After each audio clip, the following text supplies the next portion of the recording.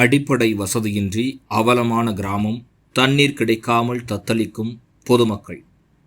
நம்ம தமிழ்நாடு நீடித்த நிலையான வளர்ச்சிக்கான இலக்குகளை அடைவதில் குறிப்பிடத்தக்க முன்னேற்றம் கண்டுள்ளன்னு தான் சொல்லலாம். எஸ்டிஜிபி 6 அடைகிறதுல தமிழ்நாடு முன்னணியில் இருப்பது ஒரு முக்கியமான செய்தி. அது மட்டும் இல்லாமல் 2030ஆம் ஆண்டுக்குள்ள 100% சுத்தமான குடிநீர் மற்றும் சுகாதாரத்தை அடைகிறது தான் எங்களோட இலக்குன்னு சொல்கிறாங்க. ஆனால் உண்மை நிலவரம் என்னன்னு தெரியுமா? வாங்க பார்க்கலாம்.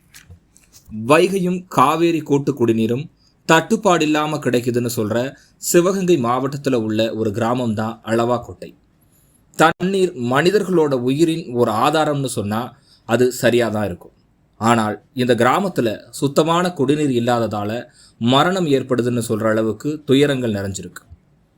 அளவாக்கோட்டை கிராமத்தோட பஞ்சாயத்துக்குட்பட்ட மேல அம்மாச்சிப்பட்டி, கீழமச்சிப்பட்டி, நடு அம்மாச்சிப்பட்டி போன்ற 3 கிராமத்தில் சுமார் 500க்கும் மேற்பட்ட குடும்பங்கள் வாழ்ந்துட்டு வர்றாங்க.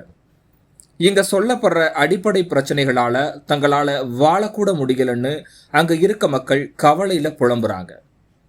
சுத்தமான தண்ணீர் கிடைக்கும் நம்பின மக்களுக்கு குடிக்கிற தண்ணியில் அதிகளவு உப்பு கலந்ததுனால இயல்பாகவே மனிதனுக்கு உடலில் உப்பு அதிகமாக ஏற்படுற சிறுநீரக கோளாறு அங்கே இருக்க பெரும்பான்மையான மக்களுக்கு ஏற்பட்டிருக்கு. ஊரில் தண்ணி பிரச்சனை ரொம்ப கஷ்டமாக இருக்குது. அதுவும் இல்லாமல் உப்பு தண்ணியாக இருக்குது. ஒரு 3-4 பேர் கிட்னி ஃபெயிலியர்னாலே இறந்து போயிட்டாங்க. டெஸ்ட் பண்ணியும் பார்த்து அது ஃபுல்லாமே உப்பு தண்ணியும் வந்துருச்சு, பாதி பர்சன்டேஜ். அதே மாதிரி கரண்ட் வசதியும் அடிக்கடி கரண்ட் இல்லாமல் போயிடுது. பஸ்ஸு வர்றதில்ல. ஸ்கூல் பிள்ளைங்கள்லாம் நடந்து தான் இங்கேருந்து அளவாக்கோட்டை போகுதுங்க. இங்கேருந்து போகிற பேக் தூக்கி போகிறதே ரொம்ப கஷ்டமாக இருக்குது. அதுவும் இல்லாமல் வெளியில் எங்கேயாச்சும் நம்ம ஹாஸ்டல் போனால் இங்கேருந்து ஒரு 2-3 கிலோமீட்டர் நடந்து போக வேண்டியிருக்கு. அமைச்சட்டிகளுக்கு போய் நாங்கள் போக வேண்டியிருக்கு பஸ்ஸில் காற்றுக்கிடந்து. பிள்ளைகளை கொண்டு போகிறது ரொம்ப கஷ்டம். ஓகே, அப்புறம் என்ன பண்ணுறது? இதைத்தான் நாங்கள் யூஸ் பண்ணிக்கிட்டு இருக்கிறோம். அடியில் பார்த்தா அப்படியே உப்பு தங்கிடும். ஒரு நாள் இன்றைக்கி காலையில் பிடிக்கிறோம், சாயங்காலம் பார்த்தோம்னா அப்படியே அடியில் தங்கிடுது.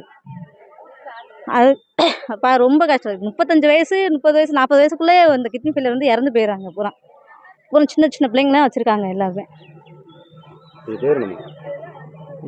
என்னோட பேர் அமுதா. தண்ணீரில் தான் பிரச்சனைன்னு நினச்சா சாலை வசதி கூட அங்கே சரிவர செஞ்சு தரப்படலை. நல்லா இருக்க சாலையிலேயே பேருந்து வராத நம்ம ஊரில் இந்த தரமற்ற சாலையில் பேருந்து கூட சரியாக வர்றதில்லை. இதனால் அதிகமாக பள்ளி மாணவர்கள் மிகுந்த மன உளைச்சலும் பாதிப்பும் அடைகிறாங்க. சிவகங்கை, மேலூர், திருப்பத்தூர் போன்ற நகரங்களுக்கு கல்வி கற்கக்கூட செல்ல இயலாத நிலை ஏற்பட்டிருக்கு. இந்த நிலைமையால் பெண்கள் கல்வி கற்க முடியாமலும் பாதியிலேயே கல்வி கற்பதை நிறுத்துகிற சம்பவமும் நடைபெறுது. இதனால் பெண்கள் கல்வியில் பின்னடைவை சந்திக்கிறாங்க. பெண்கள் கல்வி கற்பதை ஊக்குவிக்க தமிழ்நாடு அரசு புதுமை பெண் திட்டத்தை கொண்டு வந்தாங்க. அதையும் நம்ம மறக்காமல் இருக்கிறது நல்லது. மின்தடை அடிக்கடி ஏற்படுறதால பழங்காலத்தை போல மெழுகுவர்த்தியில் பாடம் படிக்க வேண்டிய நிலைமையும் இந்த கிராமத்தில் பேரவலமாக இருக்குது. இதனால் குழந்தைகள் முதல் முதியோர் வர பெரும் பாதிப்பை சந்திச்சுட்டு வர்றாங்க. எங்களுக்கு வாழ்கிறதுக்கே வழி இல்லை, அதுக்கு தேவையான குறைந்தபட்ச அடிப்படை வசதி கூட எங்கள் கிராமத்தில் இல்லை. இதை கண்ணீரில் எழுதி மனுவாக கொடுத்தா கூட எந்த நடவடிக்கையும் எடுக்க முன்வர மாட்டாங்கன்னு அரசிடம் கண்ணீர் மல்க கோரிக்கை வச்சிருக்காங்க அளவாக்கோட்டை கிராம பொதுமக்கள். தண்ணி பிரச்சனை இல்லாமல் நாங்கள் 20 வருஷம் ரொம்ப கஷ்டப்பட்டுருக்கோம். சில வாழ தகுதி விட்டு நிறைய பேர் இறந்து போயிருக்காங்க. அதனால முதல் உதவி எங்களுக்கு தண்ணி உதவி தான் வேணும். வேற பஸ் வசதி இல்லை, மின்சார வசதியும் சரியா இல்லை.